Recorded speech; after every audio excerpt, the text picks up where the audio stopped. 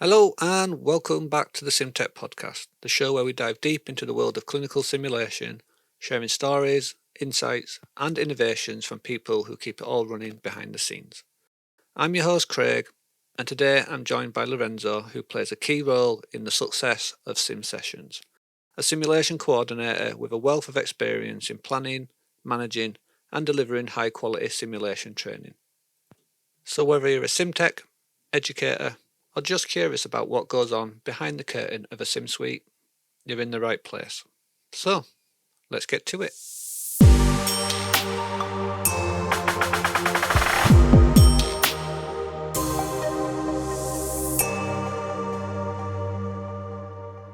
Hello and welcome to another episode at the SimTech podcast. Today we will looking behind the scenes and getting to know its members of the community.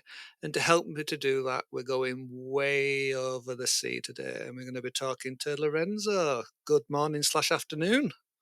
Good morning. How are you? Yeah, good. As we were saying, you're pretty far away from me today. Normally, the people are from UK, but today you're not so UK. Where are you from? Silver City, New Mexico. And you're saying that the weather is, see the sun coming through your windows, so but it's early Y- morning still. It's still early morning. We have some sunshine, but it's pretty cold. Yeah. And whereabouts is that on the map of America for those people that don't know? Sure. So if you follow the US, go down to Texas, hmm just west of Texas on the Arizona border, that's where we're at. So I was in the military for a long time, and I went to Arizona. So we spent a long time, and I was doing medical cover for the Apaches that like to fly around the desert, pretending to be in more hostile environments. But because of that, we got to go to Vegas a few times, which is always a plus. Yeah, that's awesome. Yeah. It Um, sounds like we spent a lot of time in the desert. yeah. All right, Lorenzo. Do you want to give what I say a little bit of a corporate introduction? Introduce yourself, what you do. Sure. My name is Lorenzo Saenz. I am the simulation coordinator for WNMU, which stands for Western New Mexico University at the School of Nursing and Kinesiology. So a coordinator isn't a UK term. What Mhm. is a coordinator? What do they do? Essentially, we facilitate the educational aims and the integration of the curriculum into simulation.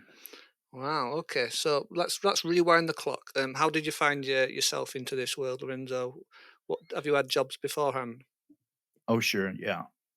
So if I go back to 2001, 2002, I was in the army and I had just come back from deployment.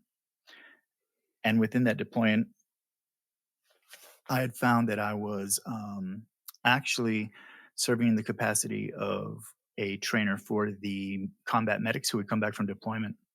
And in that role, we had been able to use simulation widely, and we've been able to use it to ensure that the medics that were there were being properly trained. Okay, that And so sounds that like sort of a just sort of led its way to quite a where I'm at diverse now. job there, really, then, isn't it? I mean, you're doing all kinds of stuff.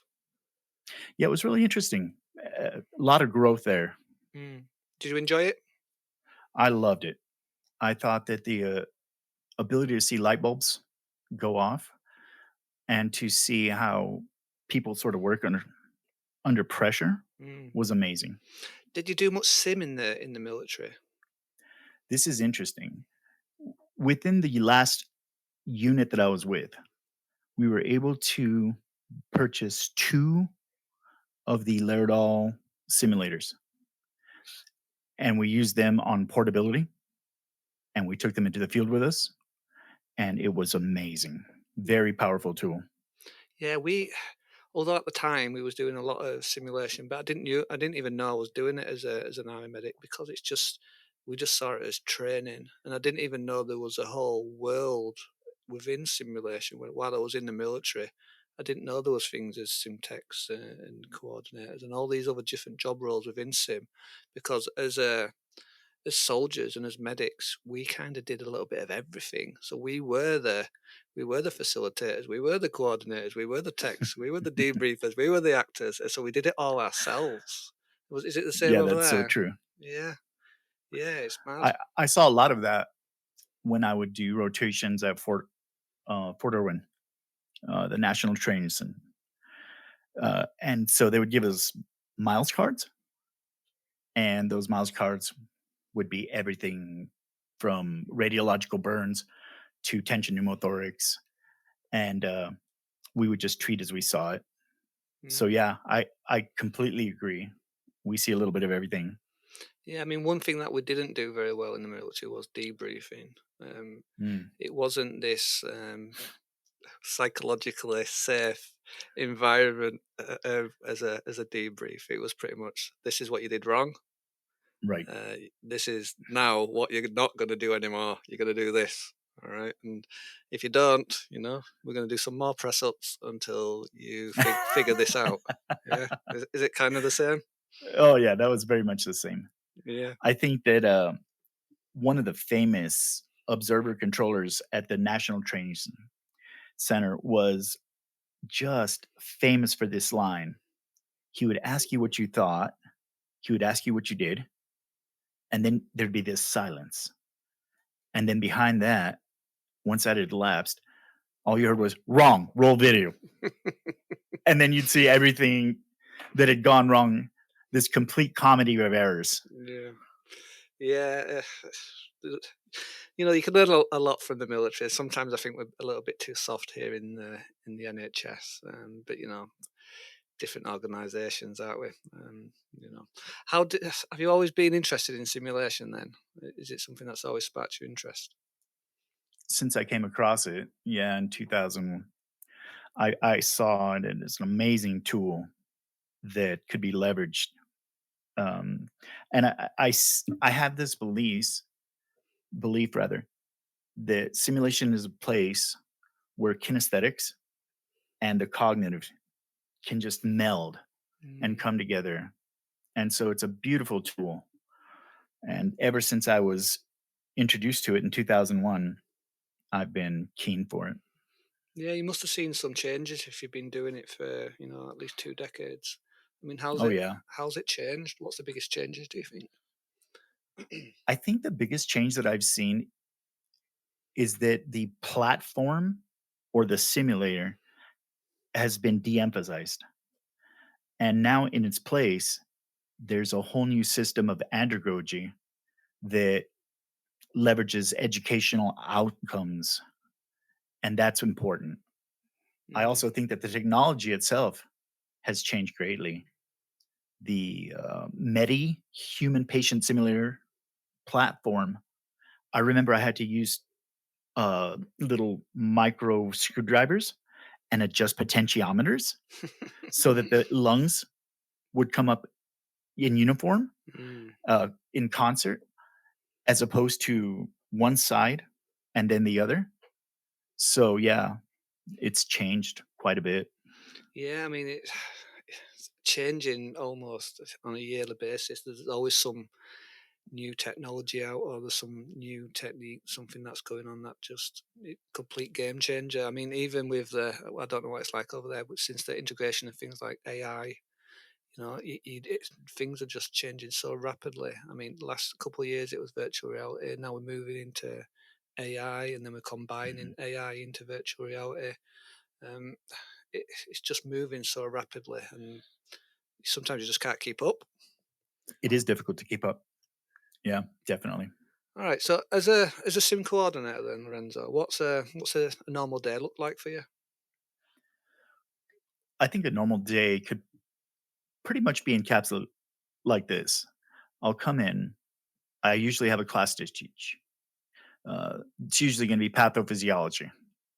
Um, and then once I get through that course, we'll be looking at ordering stores, looking at outcomes, doing performance analysis based on the video of the last cohort that went through our simulation, and then just sort of coordinating, recovering, and getting ready for next. Mm. So I have a little bit of theory for simulation enthusiasts. I always Mhm. say we have something, we kind of specialize in, with something that we really love the most. Do you have something like that? I would say that for me, that is going to be the movement away from trying to grade simulation. I don't think that's a good idea. I think putting the emphasis instead on performance analysis and how a participant performs within the simulation, and then introducing objective measures by which to measure performance. That's super important for me.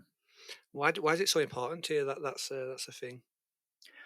That's important to me because the objectivity replacing subjectivity that we see today is going to lead to better inter-rater reliability. Yeah, well, it kind of leads me on to my next question: is what do you hate the most? Then does it go hand in hand when that's not being It- used? right. I think it does. I think that one of the things I think hate is a bit of a strong word, Yeah, I can see that. but I certainly have things that bother me. And one of them is that subjectivity, Mm. definitely. Yeah, I think everyone has a little bit of pet peeves. Mine's a little bit more basic. Poor timekeeping. Really silly things where maybe facilitators are overrunning. We don't like debriefs to last much longer than 20, 30 minutes, because you can see the participants or the students losing the will to live when actually the consultants or the senior clinicians been going on for an hour and 10, 15 minutes, and you're looking at the timetable, and now everyone's under pressure because they've overrun, and it's really silly. What we call quite basics is the things that what really wind me up for some reason. I don't know why. Yeah, I see that on the operational side. Mm. So the need to keep a good schedule is paramount to the execution of of the simulations throughout the day. Definitely. What kind of courses do you run? As far as the types of simulations, Yeah. everything that you'd see within the realm of nursing. So we'll see asthma, endocrinal problems, cardiac problems, and we try to teach the underlying pathophysiology, the treatment modalities, and the need to reassess continuously and show it in an entire continuum. Mm. What kind of tech do you have? What kind of mannequins are you working with? At the moment, we're using the G3 Plus. That's Hmm. our workhorse. We have two sites. We have one at each. We have a Sim Mom, and then we have a Sim Junior. So the majority of which is lateral products. Yeah, I've got to say we're a Laerdale fan. Have you seen the new Mamaran? I have. Yeah, what do you Very think? impressive. Yeah, it's a good bit of Yeah. kit in it. So it's on our Christmas wish list. We're hoping to get one this year. Um, Ours as well. yeah, I mean, it's a complete. I suppose Sim Mom's quite old these days, isn't she? Mhm. And yeah, and you can't go really wrong with her. But it's nice to hear that they've taken on a lot of user reviews and put all my thoughts. It's like all my thoughts have gone into Mamaran, so they've obviously done a little bit of their research. Um, what's the last piece of tech that you bought for your? It's an interesting question because we didn't buy it. We were granted a grant to build, and we created an educational space. The educational space is known as pods: practice, observation, and development of skill sets. And it's been invaluable, invaluable for our students and our ability to sort of figure out where they are with regards to kinesthetic capability Mhm. and how they perform in simulation. So paint a little picture for me then. What is this pods? Imagine a cubicle, Yeah. and at the front of that cubicle, you have an iPad device. the iPad device will have video, Hmm. gives you different skills being performed, and the skills are truncated. They're not shown from beginning to or beginning to end, but more within slices. So the student will come in, do double identifiers, check for allergies, video stops. They redo it. Then it moves on to the next bit, which would probably be a assessment. They'll do that. The video will stop. Oh, Then it moves on to an intervention. They'll do that. And then finally a reassessment, all of which is tied into an EHR, which has barcode technology, just like it would in a clinical setting. And they perform in time. Eventually, they'll get to the point where they're comfortable enough and they will then do it from start to finish for time.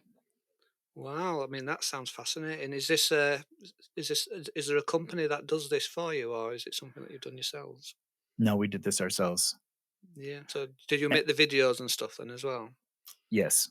And I think that that's super important because the students get to see their faculty doing it with their kit, the same kit that they have when they do their checkoffs.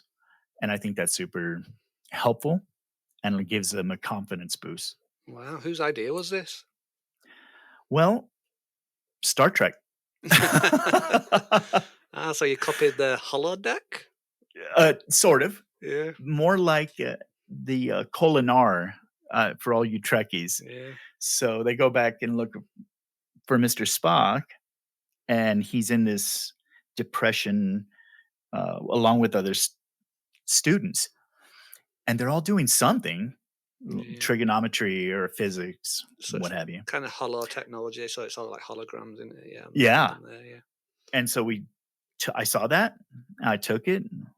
It's been very effective. Yeah. Have you done any? You wrote any of this work up? Have you got any case studies or anything? Yeah, we just published in SimZine, I Wow. believe, last summer. Well, I'll have to have a little look. I mean, it sounds fascinating. I mean, I wish I could just have a little look at a picture. I mean, wow. What else have you got in the pipeline then? Are you working on any other projects as vast as that? We're working on a couple things. One of them is to objectively standardize the rigor of our simulation. A semester one simulation should be less difficult than a semester five or four. The way that we've traditionally gotten there is through the use of the etiology of the patient or the simulated patient. What we're doing now is we're looking at the number of cues and associated tasks to increase difficulty in an objective manner. That way, we can say our level one simulations are truly at semester one level, whereas our level four are truly at semester four by this objective measure. Wow. And how did you come up with that idea? Who thought of that? Simon Says, Yeah. if you remember the old game back from Mm. the 80s, the reason that it got more difficult was because there was more things to do in the same compressed amount of time. And so I saw that. And I said, that is an objective way to increase rigor. And hence, we have that. Wow. I mean, it sounds like you've got such freedom to, follow these wild ideas into, and follow them through. I mean, I've it, truly been blessed. yeah, I mean, what I should really have asked before. I mean, what kind of team are you working with? It's a university setting, so it's academia, nursing based. We're a very small university, an open enrollment access university, a Hispanic serving institution. Um, and so we do have that freedom. We do have that ability to pivot and shift the way that we think is necessary to meet student need. Mm. Is that how, most places over in the US operate? Are they all coming up with these kind of innovative ideas of their own and following their own little projects? I'm sure some are. I've been to 6 conferences to include an Axle this last year. When I brought up the idea of standardizing rigor through the use of these performance reference points, PRPs, it was the first time anybody had heard of it. Wow, yeah. I mean, like I say, both of the things that you've just told me about the pods and this. I'm like, wow, such good like innovation and ideas, and I'm already wanting to know more about them. So I'm definitely seeing an episode 2 and an episode 3 here, Lorenzo, where Oh, that's awesome. we can dig into these. And what I'm trying not to do is go into them in too much depth. Um, so you've already kind of answered. I mean, where do you see your centre going in, 5, 10 years? Do you see yourself treading water and just doing what you're doing now because everything's fine, or do you want to push down these boundaries and and follow follow these ideas and then implement them into general practice from where you're working? I think there are 2 ways to do that. And yes, I do. I do want to further the ideas. I think the ideas have merit and they're worth pursuing. One of the ways is through publication, trying to get this out and into the general hand of simulationists everywhere. The other way that I do this, I am the co-chair for the simulation subcommittee here in our state, and we're moving PRP into the standardized curriculum. So those 2 ways together, hopefully, will start to advance these ideas and gain more acceptance. Um, how do you go about sharing? Are you happy to share these kind of ideas with other centres to let them use your ideas as well? 100% yes. I don't think that ideas or innovations is something that we inherently come up with. I think they're already there. I think we just find them. Hmm.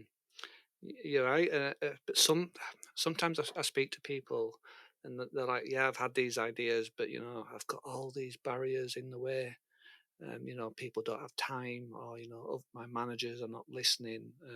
How do you deal with these kind of people on yours? Do you have these people that are trying to stop your innovation for whatever means?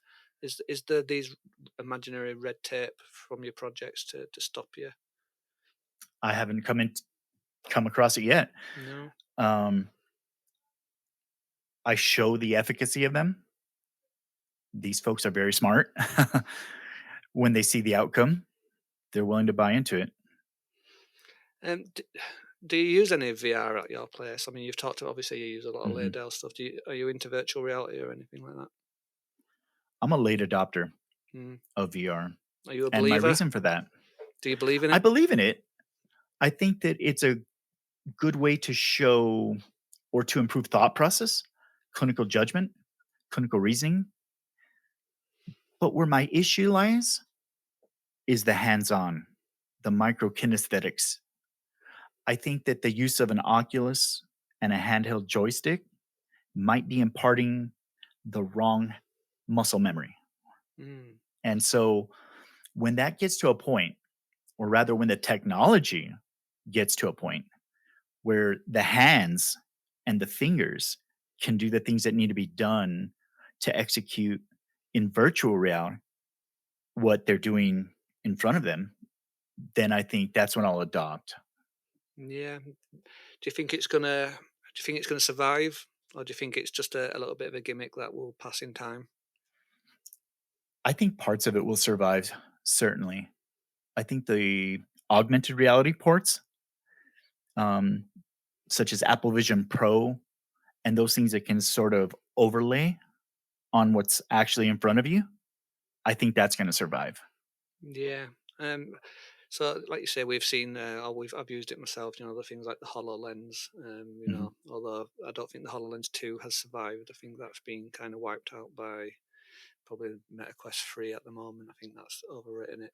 What kind of apps have you seen on it? I've only seen 1 or 2 that were programmed locally, and they had this sort of mass casualty scenario, and but the use of your hands and everything was just sort of wonky. Mm. Yeah, sometimes I know what you mean. If you don't have the lens right or it sitting right on your nose, and it just throws all the perspective off, doesn't it? Yeah. And sometimes what we're finding is it's hard not to stereotype, but maybe putting a Hololens on some people, they just don't get how it works. Right. You spend most of the time troubleshooting rather than focusing on what's important. And sometimes keeping things simple is always the best way. Absolutely. Yeah, and sometimes we bring up the old argument: low fidelity versus high fidelity. Which is better, and sometimes too much technology can be a little bit of a hindrance. What's your thoughts on mannequin versus standardized patient? Would you always use a mannequin, or do you sometimes use an actor or a member of staff? I like them both. Yeah. I think they're equally important. I think that it depends on the objectives and the Hmm. learning outcomes of the simulation that you have going. For example, we have a post traumatic stress disorder simulation. Can't do that with a mannequin. You just don't pick up on those non-verbal cues enough, do you? Yeah, and So true. it's almost like bit of a baseline where we just use an actor now, unless we're gonna, put something, a tube down the throat, or something that we wouldn't do to a real person. It's generally a little bit of a yeah, we'll just use an actor now, just a member of staff, because realistically, you'd need someone for their voice anyway, so they might as well just be on the bed. Is that kind of how it is over You're there as spot well? on. Yeah. Yeah. I think that maybe the future might be wearable devices that allow Mm, you to interchange the ability to do those invasive procedures mhm. alongside having an actor who can give you those verbal prompts. Yeah. Have you seen the Avkin wearable birthing simulator, the Big Belly? I was very impressed. Yeah. Did you like it? I did. I thought it was great. I saw it at the last Southeast Nursing Education Symposium, Hmm. and very impressive. Yeah, for me, I loved it as well. I would just wish they could make it a bit smaller, because I feel it looks a little bit too large. The tech just hasn't caught up with us yet, where they can make maybe some of the machinery and circuits a little bit smaller. But if they can get that nailed, they've got something special there. It's a great idea, isn't it? I think that company's got something going on. They're very special. Yeah, like I said, they sent us a model, and we've trialed it, and we had a little bit of a play around with it. Uh, yeah, although gotta say it was slightly expensive. Yeah. Do you know how much it was? Give me a kiss. Yeah, it's practically the same as a mannequin, really. So Oh, wow. it's the same kind of ballpark. But Yeah. you get I don't know if you have life cast over in the US, or you have a life cast baby inside it as well. So they're true to looking rubber baby things. Oh, no. I saw that the first time was on LinkedIn, Mhm. and I saw an advert for it. I couldn't believe how realistic that thing looked. Yeah, I mean that's where a good lump sum goes to, because of the baby as well. So that's like 20 grand on its own. So Yeah. it soon adds up, doesn't it, with all these little bits? It does at that. Yeah, Lorenzo, we're already coming up to what I said was the baseline of our talk, and I knew it would go so fast, and I've got so many more questions for you. But what we'll do is we'll finish off with, do you have any advice to maybe someone who's starting or thinking about going into the world of simulation? What would you tell them? I would say this: don't be afraid. Don't be afraid to try new things. Don't be afraid to go against the grain. Follow your instincts, especially if you have a military background. Trust that. Trust those instincts. They will lead you the right direction. Amen, brother. All right, Lorenzo. Well, thank you for coming today. It's been great to talk to you, and no doubt that we're going to come back here at some point, and we're going to dig into. Well, I'm hoping that the pods is going to be the first project that we can talk about, because I find that super Happy to fun. talk about it. And thank you so much for having me. No worries. And like you say, hopefully we can come on and talk about the pods, because I suspect loads of other people are like, I bet that they're Googling right now. If you look at, the big spike, people are like, oh, yes, I'm looking at that and I want to have a bit of that. Mainly because I think I just find it fascinating going into something like a pod. I love little confined spaces, where I could probably work. And I like that kind of feeling. And then having something to watch and to do, I find that great. All right, Lorenzo. Well, thank you again, buddy. And we'll talk to you next time. See you soon. And that's it for this episode of the SimTech podcast. A big thank you for Lorenzo for joining me today and sharing a behind the scenes look at the simulation coordinator role, from scheduling chaos to simulation success. If you enjoyed this conversation, make sure to subscribe so you don't miss future episodes where we chat with people shaping the world of clinical simulation. And if you'd like to be a guest on the show or have a topic you'd love us to cover, drop us a message. All the details are in the episode description. Until next time, keep pushing the boundaries of healthcare education, and I'll see you soon.